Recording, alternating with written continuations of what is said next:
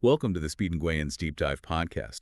Today we're plunging into a really fascinating case study in filmmaking and audience reception. Blumhouse's Five Nights at Freddy's movie. You sent over this stack of, well, pretty intriguing sources, articles, reviews, fan discussions, you name it, all focused on this one film that caused quite a stir.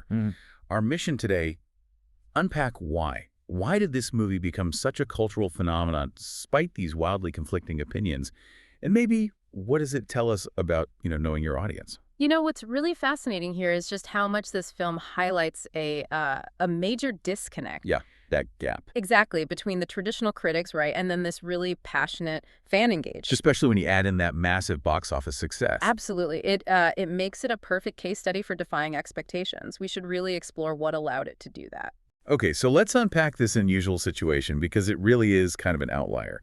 For anyone who might be less familiar, Five Nights at Freddy's, or FNAF as it's usually called, it's a horror game franchise. Started by Scott Cawthon back in, 2014? That's right, 2014. And it's kind of infamous for its incredibly deep, cryptic lore. You've got the security guard, the possessed animatronics, spirits of murdered kids. It's got a huge following. It absolutely does. And the film adaptation, probably one of the most highly anticipated releases of 2023. What's baffling, though, is the reception. You look at the reviews versus how fans took it. It's stark. It really is. On Rotten Tomatoes, you've got a critic score down at like 29–30%. But then the audience score, soaring, 87–89%. Wow. And Metacritic tells a similar story, 3.3 from critics, but 8.1 from audiences. That's one of the biggest gaps we've seen in recent memory for a big movie. And here's where it gets really, really interesting, staggering, actually.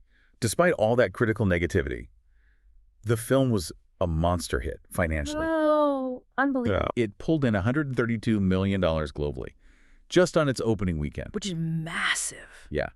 That made it the biggest opening ever for Blumhouse, biggest for a Halloween weekend, biggest for a horror film directed by a woman, and just one of the biggest horror openings, period. And the total haul. Almost $300 million worldwide. It gets a, $20 million budget? $20 million. Yeah. It's incredible ROI. Just incredible. And if you put that in context, compare it to other big blockbusters that critics didn't love but audiences did. Like what? Well, think about, say, the live-action Lion King. That was 52% critic, 88% audience. Or Transformers.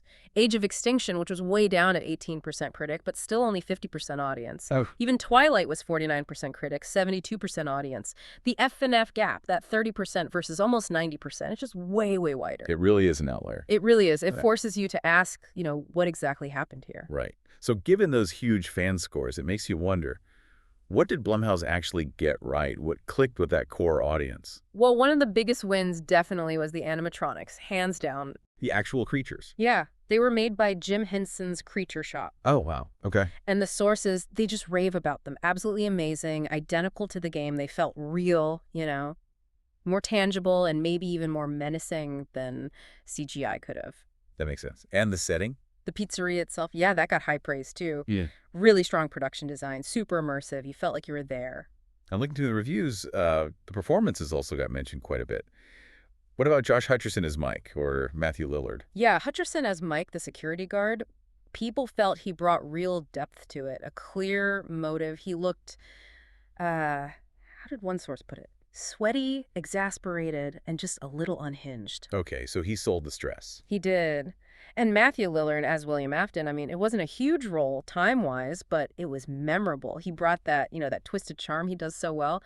Fans really responded to that. And for the real FNAF diehards, the ones deep in the lore, it sounds like the movie delivered on the fan service front. Oh, absolutely. The film was just packed with Easter eggs, little references. Stuff only they would get. Pretty much. Sources mentioned actual audience uproar in a good way for things like Matt Pat's cameo. He's a huge YouTube theorist in the FNAF community. Right, but that's just a theory. Exactly. Hearing that line in the theater, people went nuts. And even having the Living Tombstone song, which is like the fan anthem in the end credits, Oh, okay. there was this real sense of nostalgia, and maybe appreciation that they actually spent 8 years trying to get this adaptation right for the fans. So what does that all add up to? It seems like for many fans, it wasn't strictly about jump scares. Right. For a lot of them, it worked better as a kind of mystery thriller that tapped into the game's lore rather than just a straight-up horror movie. Interesting. And what's also interesting is that even people who didn't know the games, some of them still found it, pretty decent as a standard horror flick. So Yeah. it wasn't only for the hardcore fans, but they were clearly the priority. Okay, so if the fans were mostly thrilled, that brings us back to the critics, and maybe even some fans who were disappointed. What went wrong for them? What were the big criticisms? Yeah, this is where it gets a bit messy. A major issue for many was how the film played, well, kind of fast and loose with the game's lore, which is famously deep and complex. Not so. Well, for one, the games are mostly first-person perspective, right? You are the guard. The movie shifts to third person, following Mike Schmidt. And it seemed to borrow more from the spin-off graphic novels, the Silver Eye series, than the core games themselves. And I heard there were specific lore changes that rubbed people the wrong way. Yes, definitely. A big one was changing the family connection. In some game lore, Mike and William Afton are connected. The movie makes Vanessa, the cop character, Afton's daughter instead. Ah. And for fans invested in that original mythos, that felt like a pretty big deviation, a frustrating one. Go. Also, some missed the dark, cynical corporate humor that Fazbear Entertainment has in the games. That was mostly absent. And beyond the lore stuff, what about the horror itself? You mentioned it wasn't just about jump scares for fans, but critics probably expected more. That's exactly right. A lot of the criticism centered on it just not being very scary, not enough jump scares for some, or just lacking overall tension. And the PG-13 rating played into that. Almost certainly. It was clearly a strategic move, right? Aim for that younger fan base, maximize the box office. But it definitely disappointed people who were hoping for a more intense, R-rated adaptation with more gore, closer to the darker side of the games. It also sounds like there were some basic storytelling complaints, like pacing. Pacing was definitely mentioned. The second half felt rushed. Slim and speedy was one description, and some just found parts of it Well, boring. boring in a FNAF movie. Yeah. And a key point of criticism was Mike sleeping through the nights. In the game, that's basically instant death, right? Huge tension source. The movie using it as a plot device for dreams, that felt like a massive missed opportunity for suspense. Okay, yeah, I can see that. Plus, you had people pointing out plot holes, like why does this totally abandoned pizzeria need a night guard anyway? Good question. Or the police seeming weirdly incompetent about, bodies being hidden. Yeah. And the animatronics, these terrifying killer robots being taken down by tasers, it felt a bit anticlimactic, What? less threatening. And what about those dream sequences you mentioned? And other characters? Yeah, the whole dream theory plotline didn't land well for many, criticized as convoluted. And Aunt Jane, the villain trying to get custody of Mike's sister, she came across as almost cartoonishly evil for some. Okay. Vanessa's role as the sort of cryptic cop felt underdeveloped to some critics, and the climax, especially the appearance of Spring Bonnie, felt like purely visual fan service without enough substance behind it. So visually cool, but maybe narratively thin in places. That seems to be the consensus from the critical side, yeah. Okay, let's shift gears a bit. This movie, given its success, is such a great lens to look at audience demographics. What did the numbers actually show about who went to see it? Well, the numbers are pretty striking. 5 Nights at Freddy's drew a very young audience. Get this, 58% of the opening weekend crowd was under 25. Wow, 58%. That's huge. It is. The average for all movies is around 34%, so significantly younger. Teenagers 12 to 17 made up 21% of that. Okay. And there was a really high number of kids, too, ages 2 to 11. Very similar demographics, actually, to the Super Mario Bros. Movie. That really confirms it then, doesn't it? That strategy of catering specifically to the existing younger fan base really paid off. It absolutely did. And it also tells us something about the type of moviegoer it attracted. Which was? Mostly infrequent moviegoers, people who don't go to the cinema very often. Interesting. Yeah, that's pretty typical for these big video game adaptations that break through, like Super Mario Bros. Again, or even Spider-Man. Across the Spider-Verse, they pull in people who might not otherwise buy a ticket. That's a great insight.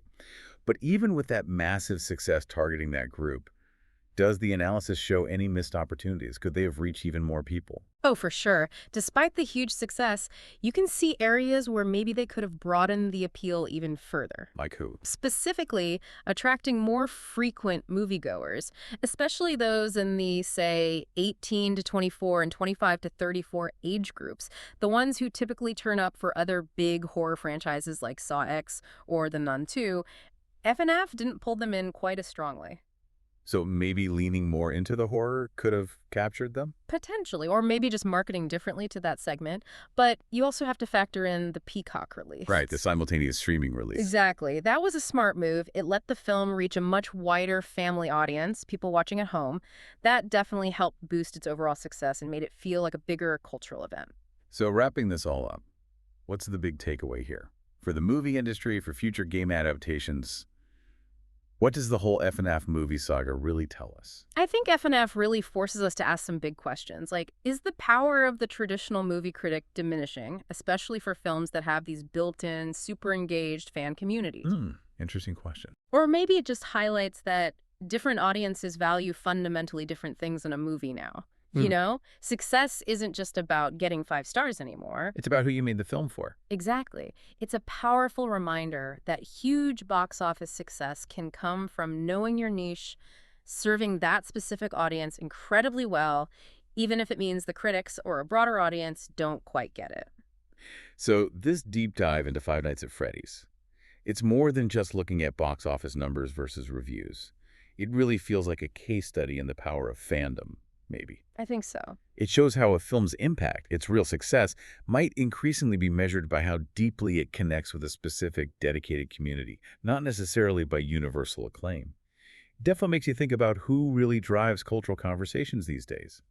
Well, thank you for joining us for this really insightful look into Five Nights at Freddy's. See you again in the next episode of this podcast.